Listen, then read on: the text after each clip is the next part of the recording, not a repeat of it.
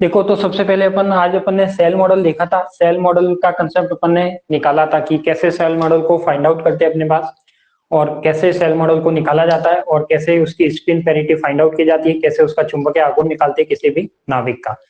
आज अपन जो देखने वाले हैं, अभी की जो क्लास है वो सेल मॉडल की जो थ्योरी है उसके बेस पे है।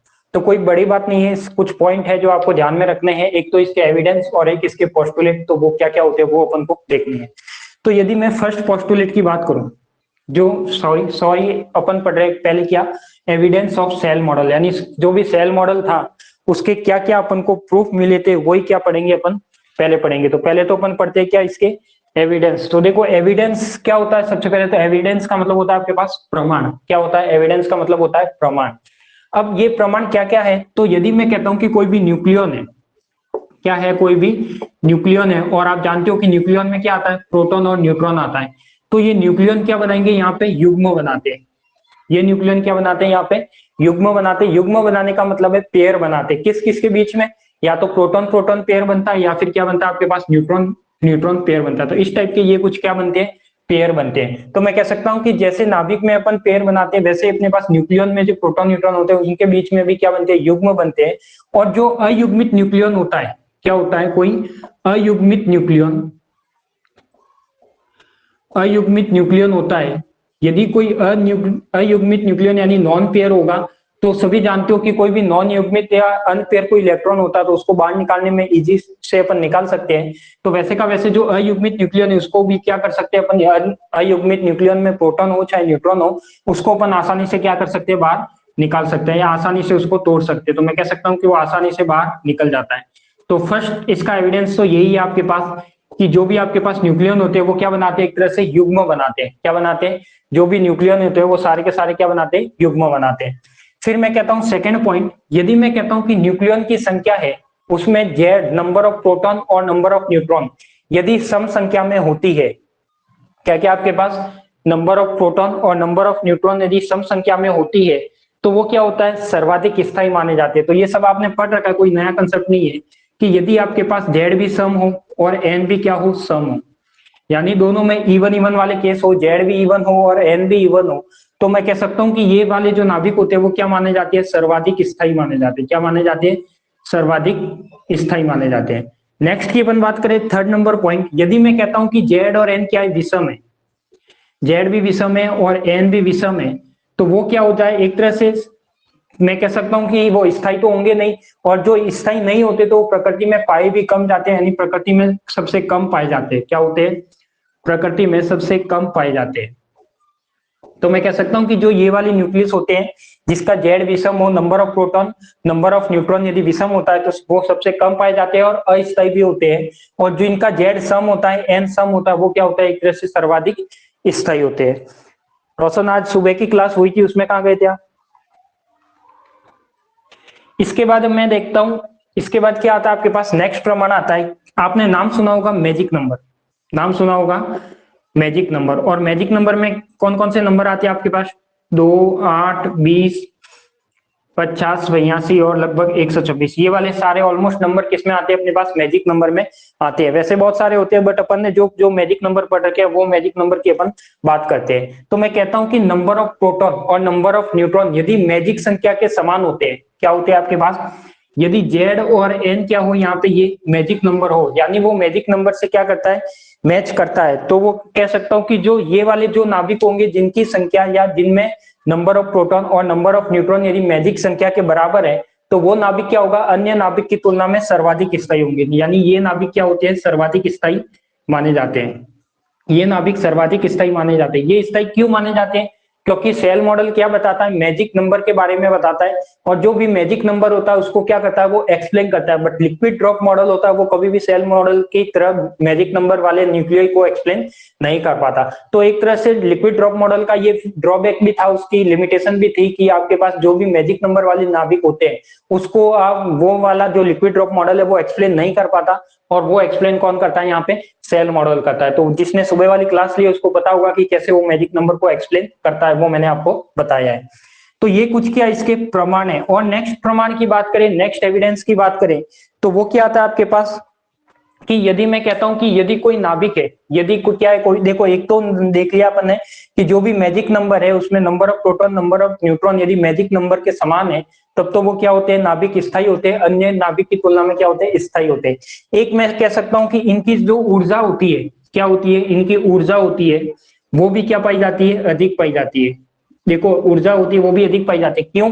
देखो यहाँ पे यदि number of proton number of neutron यदि मैजिक संख्या से मैच करता है तो वो नाभिक स्थायी होगा, और जो नाभिक 100% स्थायी होगा तो उसकी 100% उसकी एनर्जी भी क्या होगी, अधिक पाई जाएगी। तो मैं कह सकता हूं कि यहाँ पे जो एनर्जी मिलेगी वो भी इसमें क्या मिलेगी, अधिक मिलेगी। फिर मैं कह सकता हूं कि यहाँ पे यदि जो मैजिक नंबर है आपका, क्या है आपके पास जो मैजिक नंबर है, ये इसका लास्ट एविडेंस है। क्या लिखा है आपने?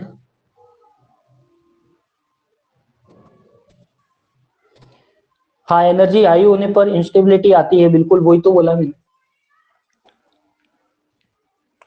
फिर मैं क्या कर सकता हूं कि यदि मैं कोई ऐसा नाभिक मानता हूं, ऐसा नाभिक मानता हूं जिनका जो न्यूक्लियन नंबर है, जिनका न्यूक्लियन नंबर हो, जिनका न्यूक्लियन नंबर,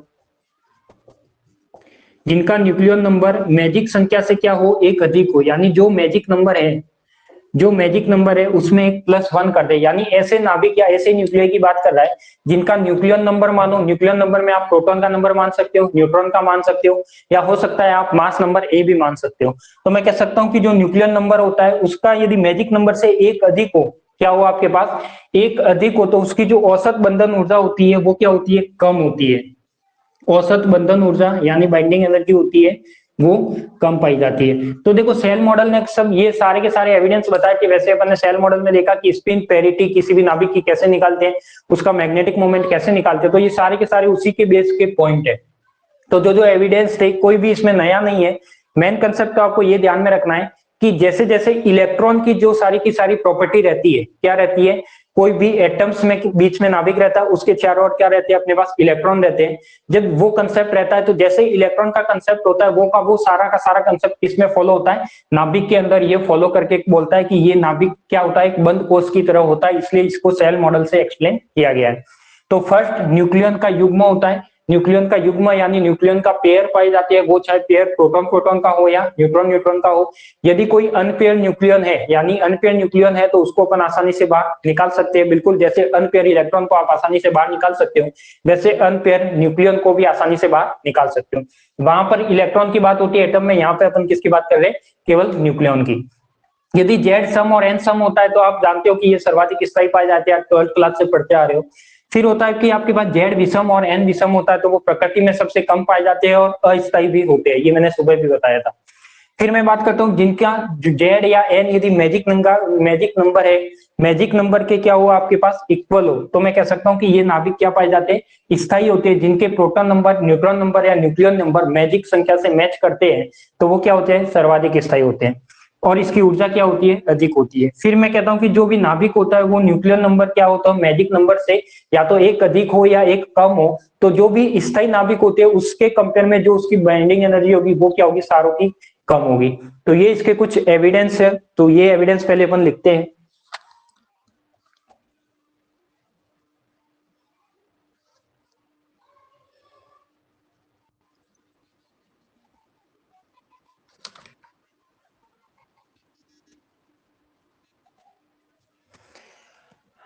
आपने क्या लिखा है, अनस्टेबल होता है ना, बॉन्ड एनर्जी की बात।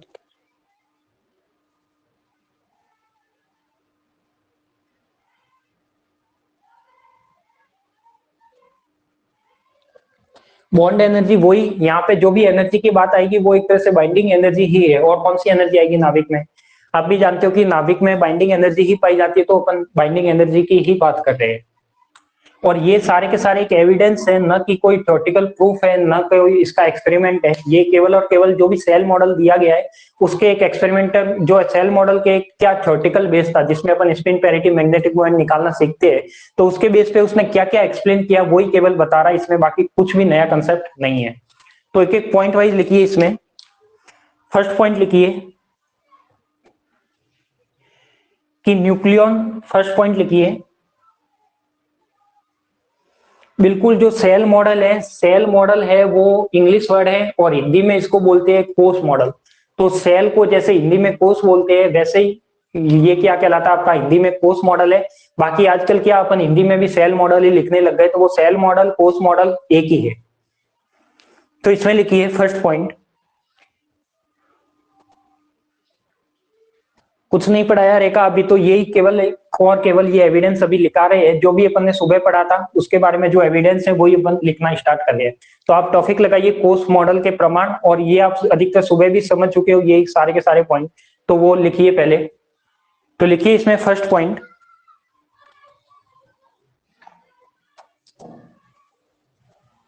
अरे वो सेल अलग है, दोनों सेल सेल में भी डिफरेंस है। एक सेल ये होता है, एक सेल ये होता है, दोनों सेल अलग अलग है। ध्यान रखना दोनों सेल अलग अलग है, इसका मतलब होता है कोई भी बंद कोष में ये सेल होता है वो इलेक्ट्रॉनिक वाली सेल, और एक सेल बायोलॉजी में और होता है। तो ये तीनों सेल अलग अलग है, तो आपको ये ध्यान रखना है, कंफ्यूज नहीं होना है कि सेल कौन सा है। प्रॉपर इंग्लिश में याद रखा करो कि सेल कौन सा होता है। लिखिए इसमें फर्स्ट पॉइंट कि न्यूक्लियन युग्म बनाता है। फर्स्ट पॉइंट लिखिए, न्यूक्लियन युग्म बनाता है, न्यूक्लियन युग्म बनाता है। युग्मित न्यूक्लियन की तुलना में, युग्मित न्यूक्लियन की तुलना में अयुग्मित न्यूक्लियन को न्यूक्लियन युग्म बनाता है। युग्मित न्यूक्लियन की तुलना में अयुग्मित न्यूक्लियन को नाभिक से निकालना ज्यादा आसान होता है। न्यूक्लियन युग्म बनाता है, युग्मित न्यूक्लियन की तुलना में अयुग्मित न्यूक्लियन को नाभिक से निकालना ज्यादा आसान होता है।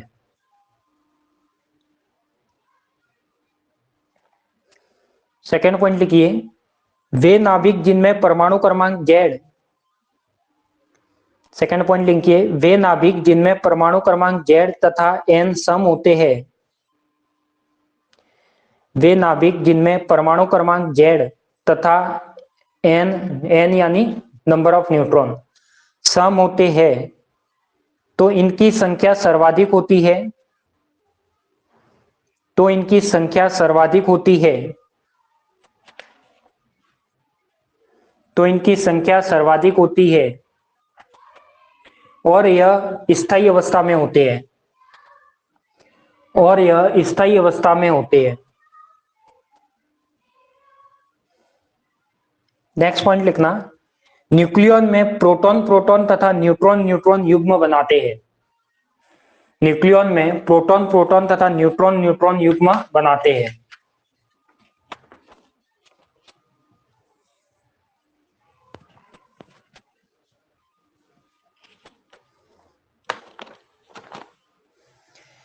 नेक्स्ट लिखिए, वे नाभिक जिनके परमाणु क्रमांक जेड तथा एन, वे नाभिक जिनके परमाणु क्रमांक जेड तथा एन दोनों विषम होते हैं, यानी परमाणु क्रमांक का मतलब है नंबर ऑफ प्रोटॉन और एन का मतलब है नंबर ऑफ न्यूट्रॉन।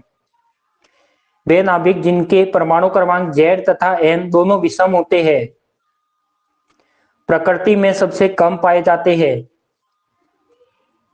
प्रकृति में सबसे कम पाए जाते हैं, और यह अस्थायी होते हैं। वे नाभिक जिनके परमाणु क्रमांक जेड तथा एन दोनों विषम होते हैं, प्रकृति में सबसे कम पाए जाते हैं तथा अस्थायी होते हैं।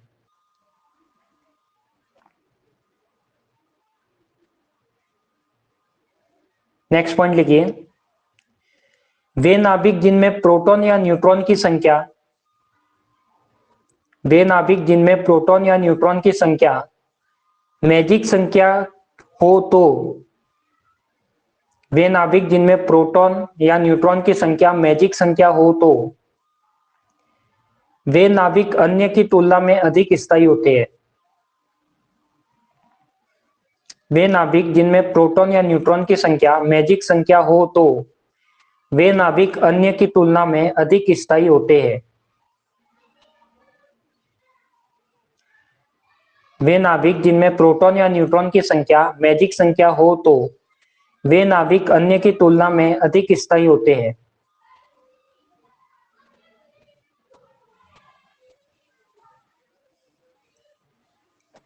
नेक्स्ट पॉइंट लिखिए, नाभिक में न्यूक्लियन की संख्या मैजिक संख्या के समान हो, नाभिक में न्यूक्लियन की संख्या मैजिक संख्या के समान हो, नाभिक में न्यूक्लियन की संख्या मैजिक संख्या के समान हो,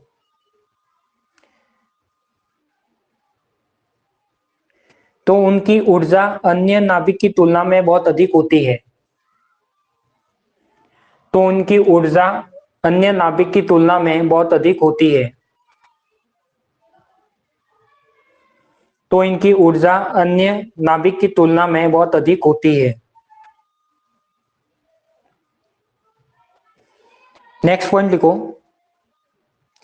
न्यूक्लियन की संख्या मैजिक संख्या से, न्यूक्लियन की संख्या मैजिक संख्या से, न्यूक्लियन की संख्या मैजिक संख्या से एक अधिक हो तो, एक अधिक हो तो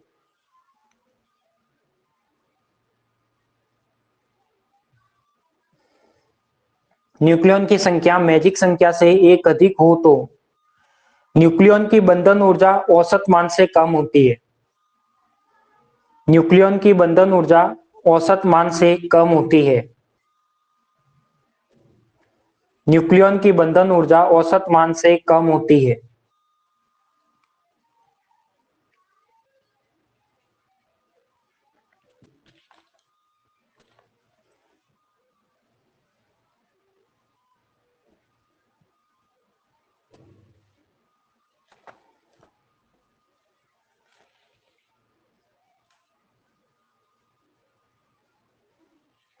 लिख दिया?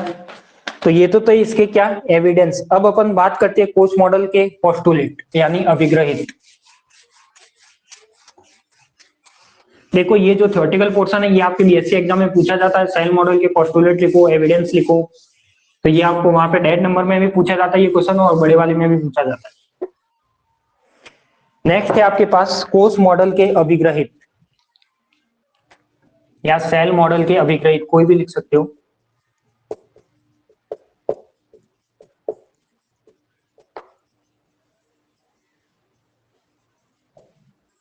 ये क्या होगा आपके पास कोच मॉडल और सेल मॉडल के अभिग्रहित।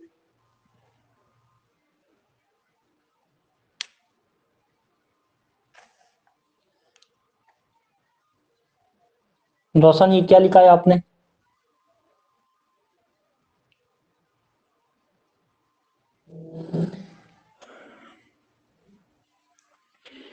देखो अपन बात कर रहे हैं पोस्टुलेट की, ठीक है। देखो टाइप कर रहे हैं अपन, क्या बात कर रहे हैं किसकी, पोस्टुलेट की। तो मैं कह सकता हूं कि पोस्टुलेट ऑफ सेल मॉडल।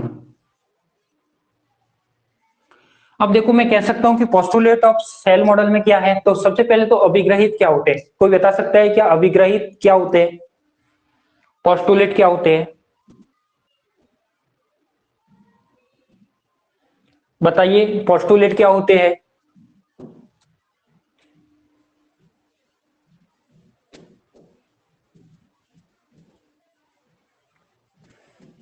कोई भी बता सकता है तो बताओ पोस्टुलेट के बारे में, अभिग्रहित क्या होते हैं। बिल्कुल, अभिग्रहित वे होते हैं जिसको टॉपिक आसान बनाया जाता है समझाने के लिए या इजी बनाया जाता है, बट वो केवल और केवल पोस्टुलेट है, वो कहीं ना कहीं का कोई रिजल्ट नहीं है। तो कोई भी टॉपिक को एक्सप्लेन करने के लिए जो पोस्टुलेट माने जाते हैं, कुछ कंडीशन मानी जाती है, वो सारे क्या कहलाते हैं, इसके पोस्टुलेट कहलाते हैं। तो वैसा ही सेम कंसेप्ट है इसमें। तो यदि मैं इसके फर्स्ट पोस्टुलेट की बात करता हूं, तो फर्स्ट पोस्टुलेट क्या कहता है कि जो भी न्यूक्लियन होते हैं, क्या होते हैं, कोई भी नाभिक होता है, नाभिक के अंदर प्रोटॉन न्यूट्रॉन होते हैं, उनको संयुक्त रूप से अपन न्यूक्लियन कहते हैं। तो मैं कहता हूं यहाँ पे कि कोई भी नाभिक होता है या कोई भी न्यूक्लियन होता है, क्या होता है आपके पास, कोई भी न्यूक्लियन होते हैं, क्या होते हैं आपके पास, कोई भी न्यूक्लियन होंगे। वो न्यूक्लियन कैसे होंगे आपके पास, यदि कोई भी न्यूक्लियन है तो वो कहेगा कि न्यूक्लियन होते हैं, वो किस रूप में होते हैं, वो एक फिक्स उपकोष में होते हैं। क्या होते हैं, फिक्स उपकोष में मानता है। यानी जो भी, जैसे आपके पास कोई भी एटम है, क्या है आपके पास कोई एटम है, एटम के बीच में क्या रहता है आपके पास, ये एटम के बीच में कोई नाभिक रहता है और उसके चारों ओर क्या रहते हैं आपके पास, इलेक्ट्रॉन रहते हैं। तो देखो ये इलेक्ट्रॉन क्या रहते हैं, फिक्स उपकोष में रहते हैं, किसमें, जैसे एस हो गया, पी हो गया, डी हो गया, एफ हो गया, इस टाइप से रहते हैं। तो ये जो इलेक्ट्रॉन होते हैं वो इस कक्षक में रहते हैं, इनकी ऑर्बिट फिक्स होती है। वैसे ही ये सेम कंसिडर कर रहा है कि जो न्यूक्लियन होते हैं, न्यूक्लियन के अंदर जो प्रोटॉन न्यूट्रॉन होते हैं वो भी क्या रहते हैं, फिक्स ऑर्बिट में रहते हैं। क्या रहते हैं, फिक्स ऑर्बिट में रहते हैं। तो जैसे इलेक्ट्रॉन किसी उपकोष में फिक्स रहते हैं, वैसे के वैसे न्यूक्लियन भी क्या रहने चाहिए, एक उपकोष में रहने चाहिए। क्लियर। तो इसका जो फर्स्ट पोस्टुलेट है वो यही कहता है। सेकेंड पोस्टुलेट की बात करें, सेकेंड पोस्टुलेट की बात करें तो नाभिक के अंदर जो भी न्यूक्लियन होते हैं वो एक व्यवस्थित संरचना में रहते हैं। न्यूक्लियन एक व्यवस्थित संरचना में रहते हैं। व्यवस्थित संरचना का मतलब क्या है आपके पास, व्यवस्थित संरचना का मतलब कि उसका कोई भी स्ट्रक्चर फिक्स होता है। जैसे मैं ऐसे नहीं कह सकता कि कहीं पर प्रोटॉन हो गया, कहीं पर न्यूट्रॉन हो गया, वापस प्रोटॉन हो गया, कहीं पर न्यूट्रॉन हो गया, ऐसा नहीं होता। तो एक तरह से फिक्स, जैसे कोई भी क्रिस्टल होता है इसका स्ट्रक्चर कैसे फिक्स होता है, वैसे का वैसे इसमें भी न्यूक्लियन का जो स्ट्रक्चर होता है वो भी क्या रहता है, फिक्स रूप से जमा हुआ रहता है। बिल्कुल, रोशन ने लिखा है न्यूक्लियन में भी एनर्जी लेवल होते हैं। न्यूक्लियन में एनर्जी लेवल होते हैं, और जो मैंने सुबह सेल मॉडल पढ़ाया है उसमें एनर्जी लेवल का स्पेक्ट्रम भी बनता है। तो वो जो प्रॉपर सेल मॉडल है वो प्रॉपर न्यूक्लियस के लिए ही बात करता है, न्यूक्लियर के अंदर की बात करता है। तो इसके स्पेक्ट्रम भी बनते हैं और एनर्जी भी निकलती है।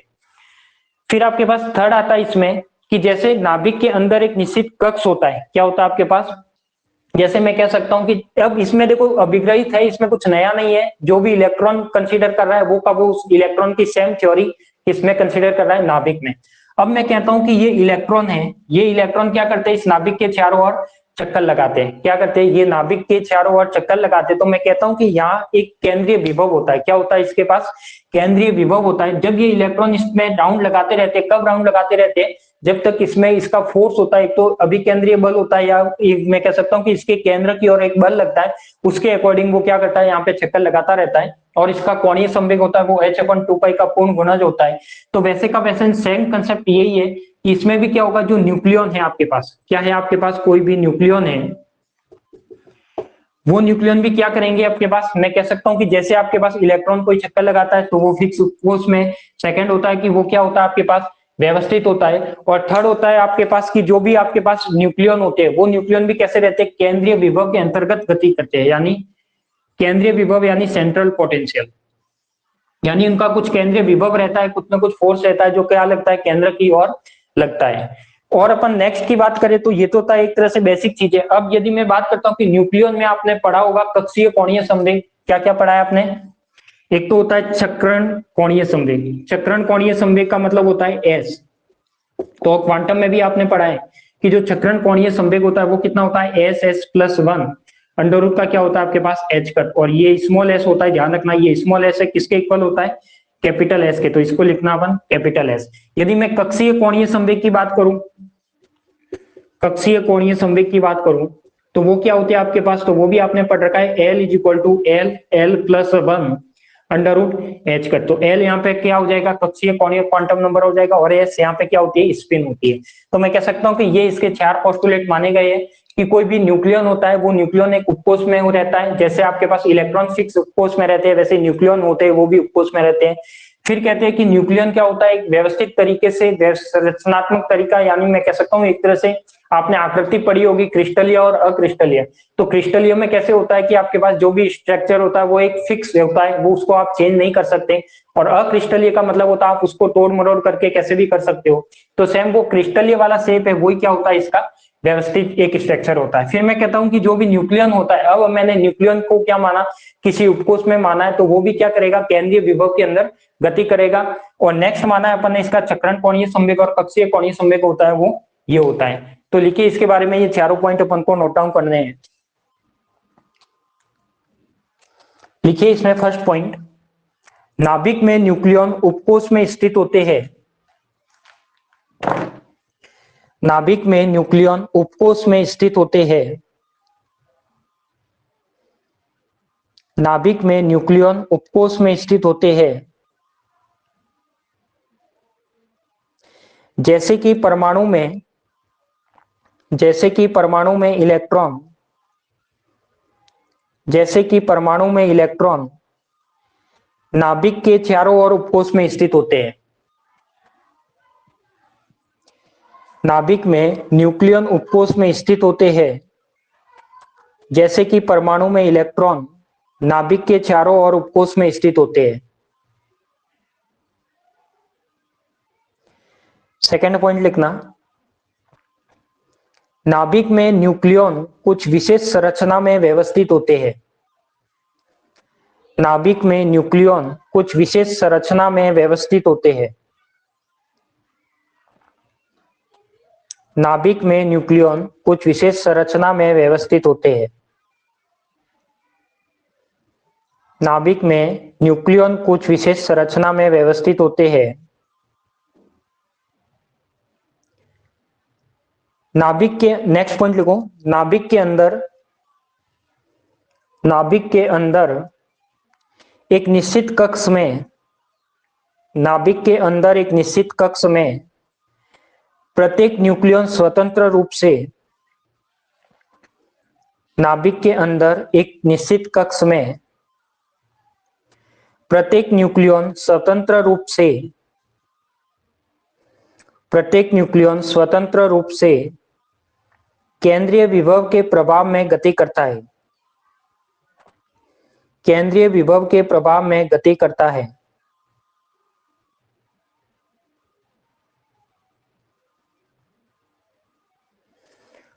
और नेक्स्ट लिखिए फोर्थ नंबर, प्रत्येक न्यूक्लियन में चक्रण कोणीय संवेग, प्रत्येक न्यूक्लियन में चक्रण कोणीय संवेग √SS+1 h कट, बोर्ड पे लिखा हुआ है फॉर्मूला, √SS+1 h कट, जहां पर S 1/2 प्रचक्रण क्वांटम संख्या है या स्पिन क्वांटम नंबर है।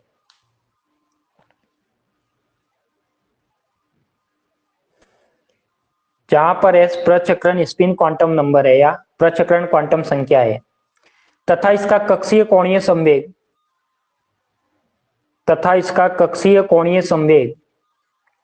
√LL+1 h कट होता है,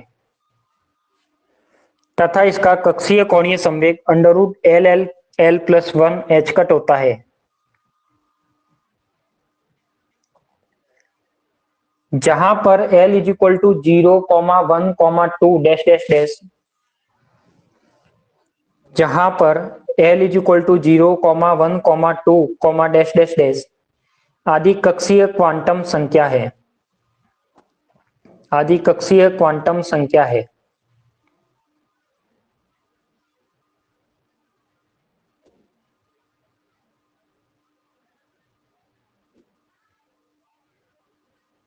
लिख दिया?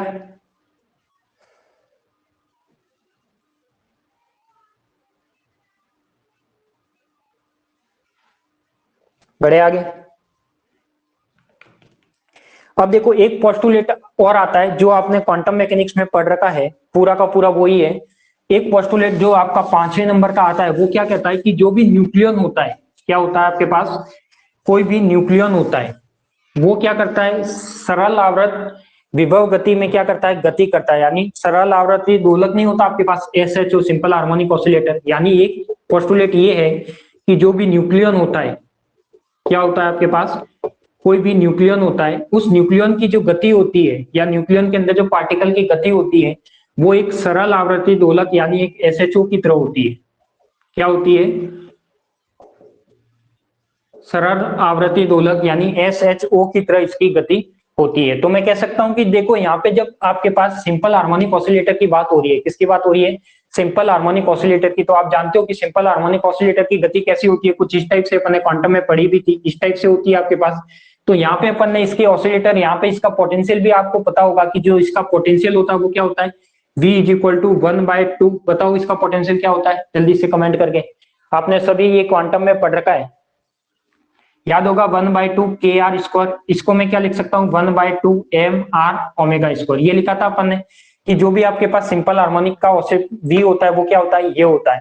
अब यहाँ पे यदि मैं इसकी श्रोडिंगर समीकरण को, श्रोडिंगर समीकरण क्या होती है, E psi = माइनस का h²/2m del square psi plus का V psi होता है, यही होता है आपके पास, यहाँ पे भी psi आता है।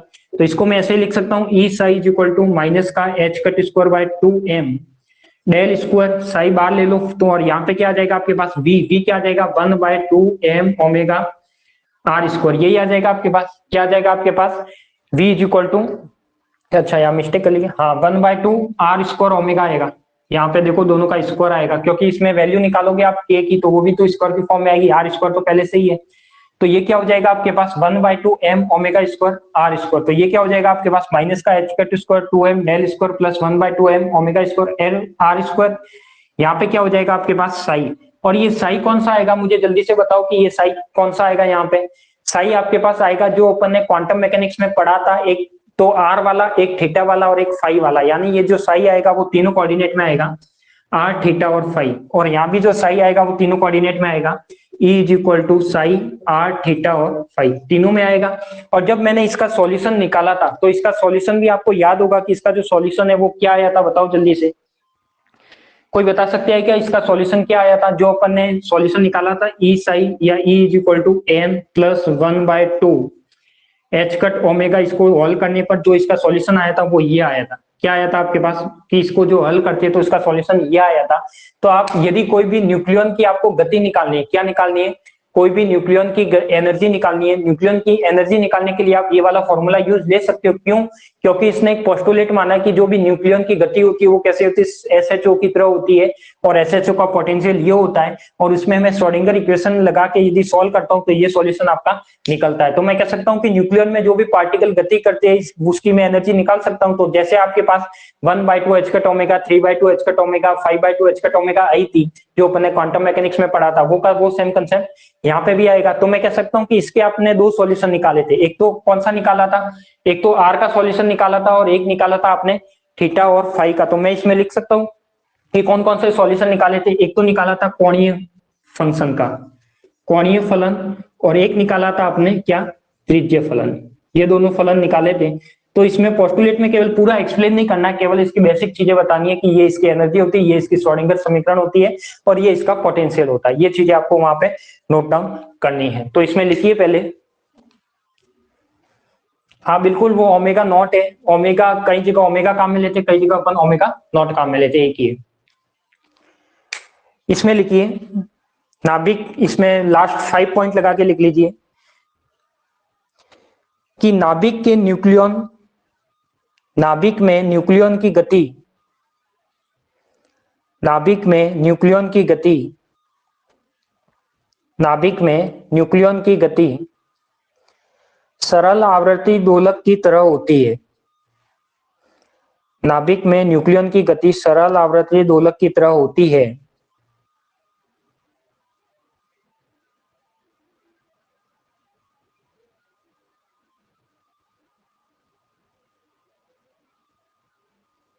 ठीक है, अब इसमें जो आपके सामने लिखा हुआ वो ऐसे का ऐसे लिख दीजिए। ये इसका विभव लिखा हुआ है, श्रोडिंगर समीकरण लिखी हुई है,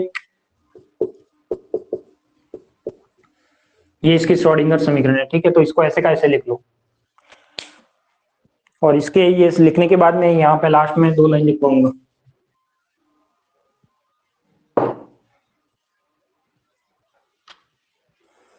यहाँ पे लिख लेना कि ये श्रोडिंगर समीकरण को हल करने पर ये सॉल्यूशन आया है।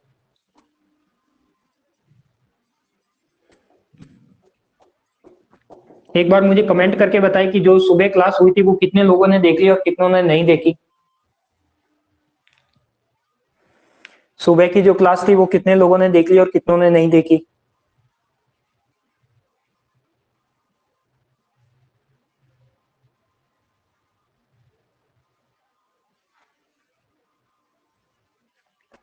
अच्छा रोशन आप देखी और दीपक ने बिल्कुल नहीं देखी। बिल्कुल 1.5 घंटे की है बट इम्पोर्टेंट है, क्योंकि वो पूरी क्लास समझाने वाली थी, समझने वाली थी, इसीलिए मैंने सुबह रखी थी।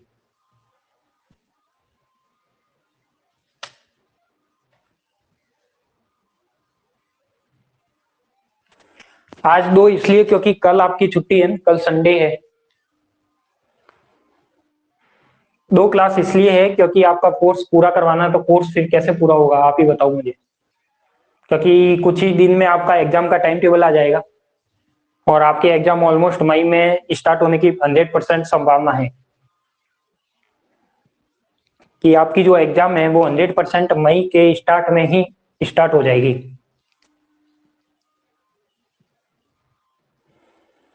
तो कैसे भी करके कोर्स तो कराना पड़ेगा। सॉलिड का क्या होगा, सॉलिड का कुछ नहीं होगा। सॉलिड में ऐसे करेंगे कि कुछ क्लास अपन लाइव से पढ़ेंगे और कुछ रिकॉर्डेड से पढ़ेंगे। यदि आपने मेरी एप्लीकेशन में देखा है तो सॉलिड की कंप्लीट क्लासेज आपके रिकॉर्डेड में अवेलेबल है। तो जो समझने वाली क्लास होगी, जो अब समझने लायक है, जो इम्पोर्टेंट है, वो तो मैं लाइव क्लास लेके पढ़ाऊंगा, और बाकी जो रिकॉर्डेड है उससे आपको करनी है। तो मैं एक एक लिंक आपको यूनिट वाइज वहां पे इसी ऐप में एक सॉलिड का अलग फोल्डर बना के प्रोवाइड करवाऊंगा, और वैसे अपन पूरी करेंगे। बिल्कुल दीपक, कोर्स 100% पूरा आने की संभावना है, कोई कम होने के चांस है नहीं। तो आप विश्वास न करें, अभी तक ऐसी कोई न्यूज आई नहीं है कि कोर्स कम होगा। कोर्स 100% आएगा, और 100% इसलिए आ रहा है क्योंकि आज अभी जो इस साल जो क्लास चल रही है वो प्रॉपर जुलाई से चल रही है। अब वो चाहे देखो कॉलेज में किसी कहीं पर चल रही है, कहीं पर नहीं चल रही, बट जो प्रॉपर यूनिवर्सिटी के अकॉर्डिंग जो शेड्यूल है उसमें क्लास जुलाई से चल रही है, तो इसमें इस बार 100% कोर्स आएगा आपका।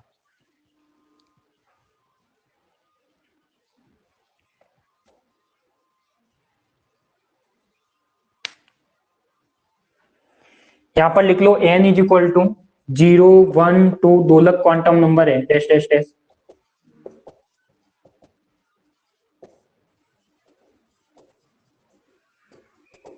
इसीलिए तो मैं थोड़ा सा जल्दी कर रहा था, बट आपने तो मुझे बीच में ही रोक दिया कि सर हमारे पास और भी सब्जेक्ट है।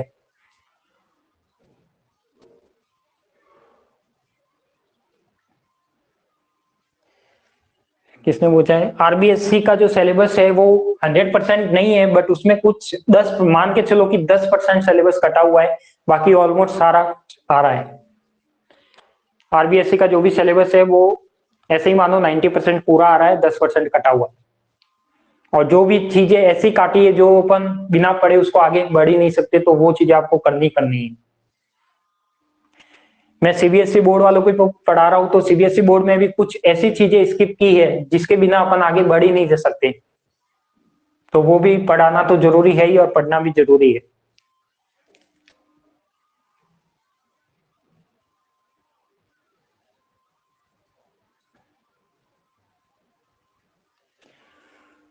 ठीक है, लिख दिया होगा। इसके आगे लिखो, यहां पर तरंग फलन में, यहां पर तरंग फलन में साई आर थीटा फाई में फलन में, यहां पर तरंग फलन साई आर थीटा फाई में कोणीय तथा त्रिज्यक दो भाग होते हैं। कोणीय तथा त्रिज्यक दो भाग होते हैं। कोणीय तथा त्रिज्यक दो भाग होते हैं। उसको नीचे फर्स्ट पॉइंट लिखो, कोणीय भाग को कक्षीय क्वांटम संख्या, कोणीय भाग को कक्षीय क्वांटम संख्या L is equal to 0, 1, 2, 3 dash dash dash से व्यक्त करते हैं।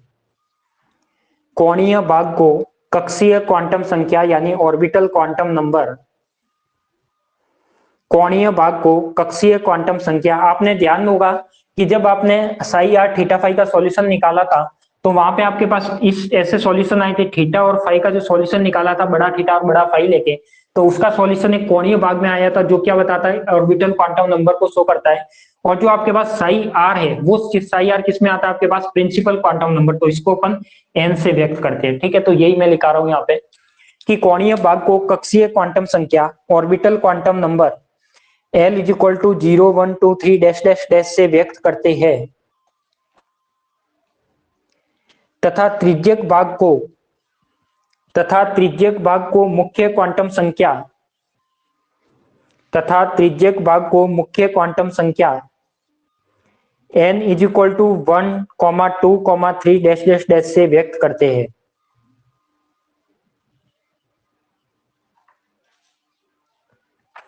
तथा त्रिज्यक भाग को मुख्य क्वांटम संख्या principal quantum number n is equal to 1, 2, 3 dash dash dash से व्यक्त करते हैं।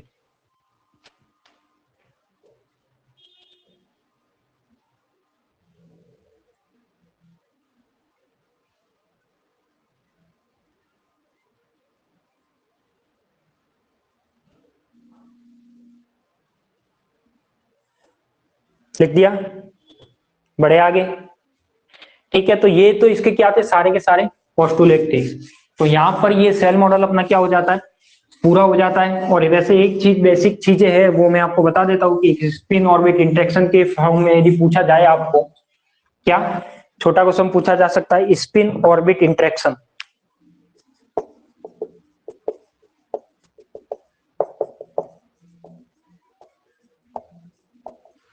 स्पिन ऑर्बिट इंटरेक्शन, तो ये स्पिन ऑर्बिट इंटरेक्शन क्या होता है ये अपन को देखना है। तो देखो यदि अपन बात करें, अपन ने दो कक्षीय कोणीय, एक तो कौन सा निकाला, स्पिन कोणीय क्वांटम नंबर निकाला है, और एक निकाला अपन ने ऑर्बिटल क्वांटम नंबर। क्या निकाला अपन ने, एक तो निकाला है देखो स्पिन क्वांटम नंबर। तो स्पिन क्वांटम नंबर क्या था आपके पास,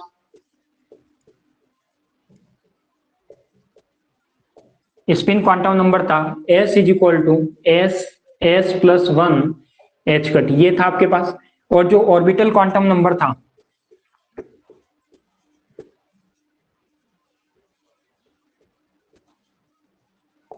ऑर्बिटल क्वांटम नंबर था एल इज इक्वल टू, वो क्या था एल प्लस वन और एच कट था, ठीक है। तो यहाँ पे सारों की वैल्यू भी आपको पता है, तो ये चीज सेम चीज अपन ने क्वांटम में भी निकाली थी, याद होगा तो, याद है क्या आपके पास या नहीं याद। देखो और J इज इक्वल टू क्या होता है, ये आप जानते हो कि J is equal to L plus S होता है। अब यहाँ पे मैं एक बात कर सकता हूँ कि ये J इज इक्वल टू ऐसे ले लूँ और यहाँ पे L ले लूँ। अब S जानते हो या तो पॉजिटिव हाफ होगा या नेगेटिव हाफ होगा, S के लिए दो ही वैल्यू पॉसिबल है। तो मैं लिख सकता हूँ यहाँ तो पॉजिटिव हाफ या नेगेटिव हाफ। तो कई बार इसको बुक में ऐसे भी लिखा हुआ मिलेगा प्लस माइनस हाफ। तो ये भी क्या अपना एक तरह से स्पिन ऑर्बिट इंटरेक्शन है। स्पिन ऑर्बिट इंटरेक्शन का मतलब स्पिन और जो एल है यानी एस और एल में जो इंटरेक्शन होता है उसके बेस में जो जे निकलता है वही क्या कहलाता है आपका एक तरह से स्पिन ऑर्बिट इंटरेक्शन कहलाता है। तो मैं यहाँ पे लिख सकता हूँ कि जब जे इज इक्वल टू, क्या लिख सकता हूँ, J is equal to L plus one by two और J is equal to L minus one by two. यानी यहाँ पे क्या शो कर सकता हूँ मैं कि यहाँ पे जो एल और एस की जो स्पिन होती है क्या होती है आपके पास, ये देखो अब यदि प्लस में है और ये माइनस में है, यानी मैं कह सकता हूँ कि एस व एल समानांतर होते हैं। और यहाँ पे क्या कह सकता हूँ, एस व एल विपरीत होते हैं या प्रति समांतर होते हैं। क्या होते हैं, विपरीत होते हैं। विपरीत होने की वजह से उसकी स्पिन क्या हो जाती है, माइनस, यानी इन दोनों में एक माइनस हो जाता है और ये दोनों समांतर होते हैं, इसलिए ये क्या हो जाता है आपका प्लस हो जाता है। तो ये आपका क्या एक तरह से स्पिन ऑर्बिट इंटरेक्शन है। तो इसको आप लिख लीजिए, ये आपके सामने लिखा हुआ है, वो भी एक इसी का कंसेप्ट है, तो इसमें लिख दीजिए। इसमें थ्योरी कुछ नहीं लिखनी है, जैसा लिखा हुआ है ऐसे का ऐसा लिखना है।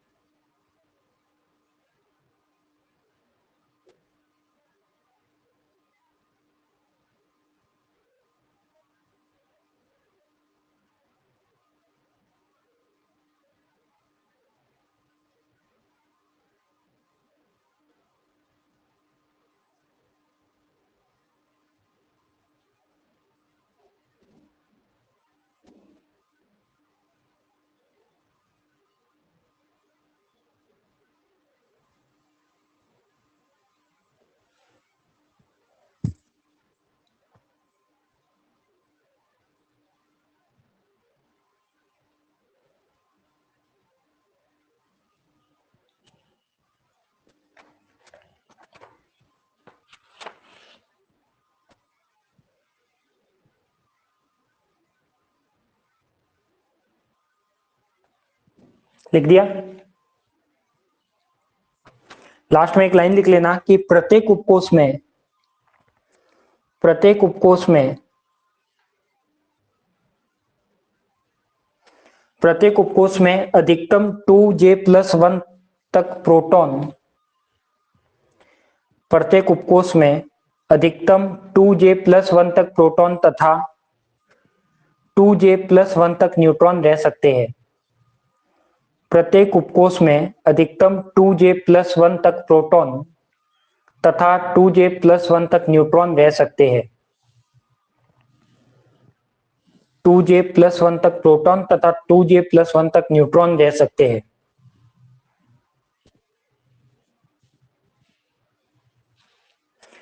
तो यहाँ पे ये सेल मॉडल क्या हो जाता है पूरा। अब मैं देखो मैं आपके सामने कुछ टॉपिक बता देता हूँ कि आपके पास यूनिट फर्स्ट में 3 पार्ट थे। फर्स्ट पार्ट है एक न्यूक्लियर बेसिक का है, सेकेंड पार्ट था न्यूक्लियर फोर्स। न्यूक्लियर फोर्स में जो जो टॉपिक थे, एक तो है प्रॉपर्टी ऑफ न्यूक्लियर फोर्स जो अपन पढ़ चुके हैं, युकावा मेजन थ्योरी और न्यूक्लियर पोटेंशियल, ये तीनों टॉपिक अपन कवर कर चुके हैं। तो न्यूक्लियर फोर्स अपना कंप्लीट है। फिर आता है आपके पास न्यूक्लियर मॉडल। उसमें आपके पास देखो टॉपिक के नाम सुनो, एक तो सेगर चार्ट, क्या है आपके पास सेगर चार्ट, ये अपना बाकी है। लिक्विड रॉक मॉडल अपना हो चुका है। सेमी इंपेरिकल मास फॉर्मूला हो चुका है। कंडीशन ऑफ स्टेबिलिटी एक ये बाकी है, यानी सेगर चार्ट बाकी है, फर्मी गैस मॉडल बाकी है, और एक है आपके पास ये तीन टॉपिक बाकी, एक तो सेगर चार्ट, एक फर्मी गैस मॉडल, एक कंडीशन ऑफ स्टेबिलिटी, और एक फिर है आपका evidence of nuclear shell structure, तो वो अपन ने कर लिया है आज। Nuclear magic number and basic postulate of shell model, ये भी अपन ने देख लिए है। तो इसमें अपने पास तीन टॉपिक रह रहे हैं, एक तो सेगर चार्ट है जो 8 या 9 मिनट का वीडियो है, और जो है फर्मी गैस मॉडल है वो आधे घंटे का वीडियो है, और जो कंडीशन ऑफ स्टेबिलिटी है वो 10 से 15 मिनट का है।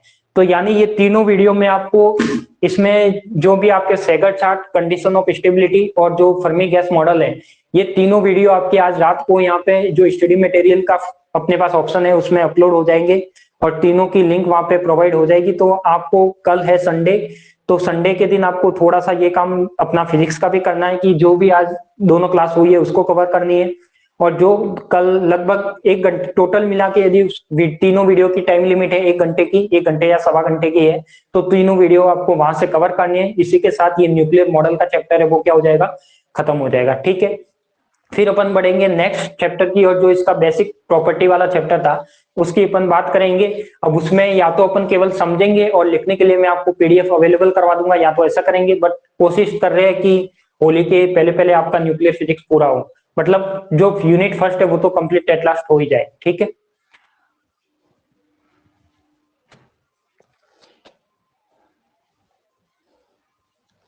बिल्कुल, ये बुक भी जल्दी से जल्दी पूरी करने की ट्राई करेंगे। पीडीएफ है अपने पास, सभी नोट्स की पीडीएफ अवेलेबल है। तो कोई ऐसा कुछ होता है, यदि एग्जाम डेट जल्दी आ जाती है तो मैं आपको पीडीएफ अवेलेबल करवा दूंगा, और पीडीएफ से सारा जो मटेरियल है, सारा का सारा मटेरियल मैं आपको एक्सप्लेन करके समझा दूंगा। ठीक है, अपने पास पूरी सुविधा भी है, यदि पीडीएफ को एक्सप्लेन करनी होगी पीसी के द्वारा तो वो भी अपन ऑनलाइन रह के कर सकते हैं, वो भी अपने पास सेटअप पूरा है, तो अपन कोई दिक्कत नहीं आएगी आपको। यदि एग्जाम डेट आपके चाहे अप्रैल में आ जाए तो भी अपने लिए कोई प्रॉब्लम नहीं है, अपन उसको सॉलिड स्टेट को भी पीडीएफ के द्वारा भी समझ के पूरी कर सकते हैं।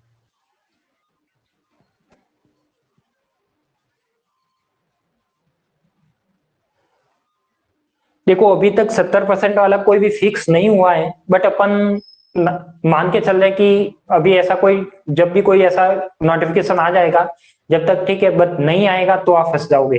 तो इससे बेटर है कि जो जो अपन ने पढ़ाया है वो तो कम से कम लास्ट 3-3 यूनिट तो आप कवर करते चलो, 3 यूनिट कवर करोगे तो कम से कम ये तो पूरा होगा। ठीक है, तो एट लास्ट अपन, मैंने तो ऑलमोस्ट पूरा कोर्स कराने की कोशिश की है, बाकी अपन जैक्स नहीं होगा तो सॉलिड स्टेट में 3 यूनिट पढ़ लेंगे, अगर 70% का कोई रूल आ जाता है तो। ठीक है,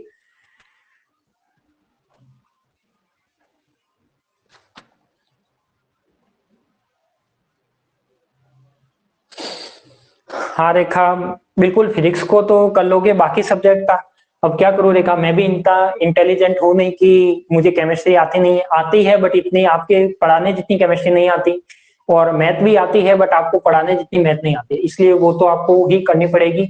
और वो चाहे कहीं ना कहीं से एडजस्ट करो, सेल्फ स्टडी करो, या अच्छे से अच्छी बुक से पढ़ो, या कॉलेज से पढ़ो। अब आपके जो कॉलेज में ऑनलाइन सेटअप है वहां से भी आप पढ़ सकते हो, आपके पास वो भी सुविधा है तो वहां से पढ़ लो, कहीं ना कहीं से आपको पढ़ सकते हो। हाँ, मुझे अगर केमिस्ट्री मैथ अच्छे से आती तो मैं भी करा देता, बट इतनी मुझे आती नहीं है।